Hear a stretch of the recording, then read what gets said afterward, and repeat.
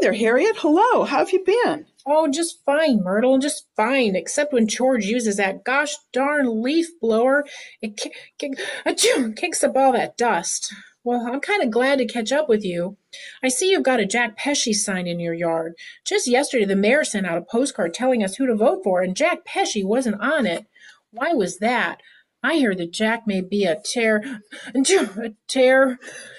A terrific candidate. You're right. My kids like his bike path and recycling ideas. We like his fiscal discipline and thoughts about building more walkable housing downtown. And even my father, who's 85, thinks we need a fresh perspective in city council. Well, but what's that I hear about him being a j- j- con? A construction company president? Yes, he runs a roofing company together with his wife, and they've handled some major projects with excellent results. Then I wonder what it is that the mayor objects to. Maybe it's the way in which he organized Democracy Day. Isn't that simply a horrendous event in which people complain about how much money is ruining our political system? Yes, something like that. But don't you think that the lobbyists in Congress have more say than the voters? Don't you think that less gets done because big money gets in the way? Well, heck yes. That's the very problem Mr. Trump is going to fix. Drain the swamp, drain the swamp, drain the swamp. Let's not get carried away, but Brexville Citizens for Transparent Politics is a nonpartisan group that Jack and his wife Rose started. They worked with voters of both parties to be among the first communities in Ohio to pass the Citizens Initiative and take a stand on this important issue. Well, what's wrong with that? That couldn't be the reason the mayor isn't supporting him. It's probably that Section 8 housing that Jack wants to build. Now, that would ruin property values. I agree, but it's not true. Neither that nor all the misleading statements about Jack filing a lawsuit against the city. None of it is true. All lies, total baloney. The opposite is true. Jack wants our town to build more bike paths and sidewalks to encourage folks downtown, increasing our retail traffic and our home values. Millennials love that stuff. And who do you think will buy our homes when we move to Florida to live in our Airstreams? Mercy, Myrtle. I'm so glad I talked to you. Well, but it's too bad that Jack's a foreigner. Jumping Jehoshaphat, where'd you get that from, Harriet? Jack was born in Michigan, grew up in Florida, and has lived here in Brexville for more than 20 years. All his kids went to Brexville schools.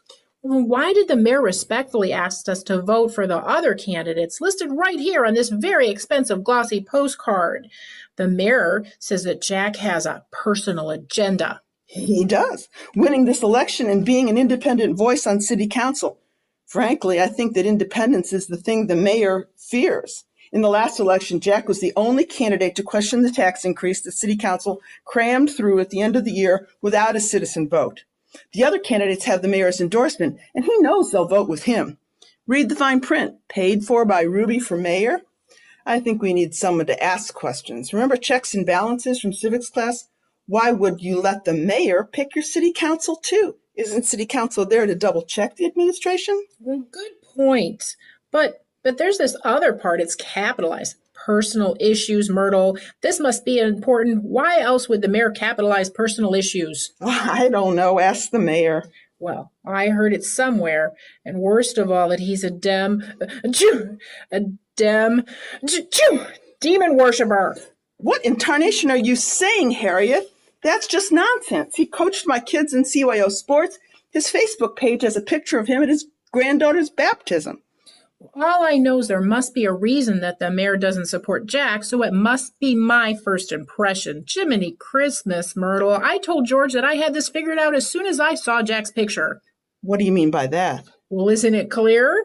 From all that bike riding and time at the rec center, Jack lacks the girth, the breadth and the scale to be on city council. He's clearly a lightweight. Oh, you don't really mean that, do you? His credentials are the best. Construction company president and attorney? Of course I'm joking. From everything you said, I think he's just what we need in city council. Someone with initiative and independence who looks forward, not back.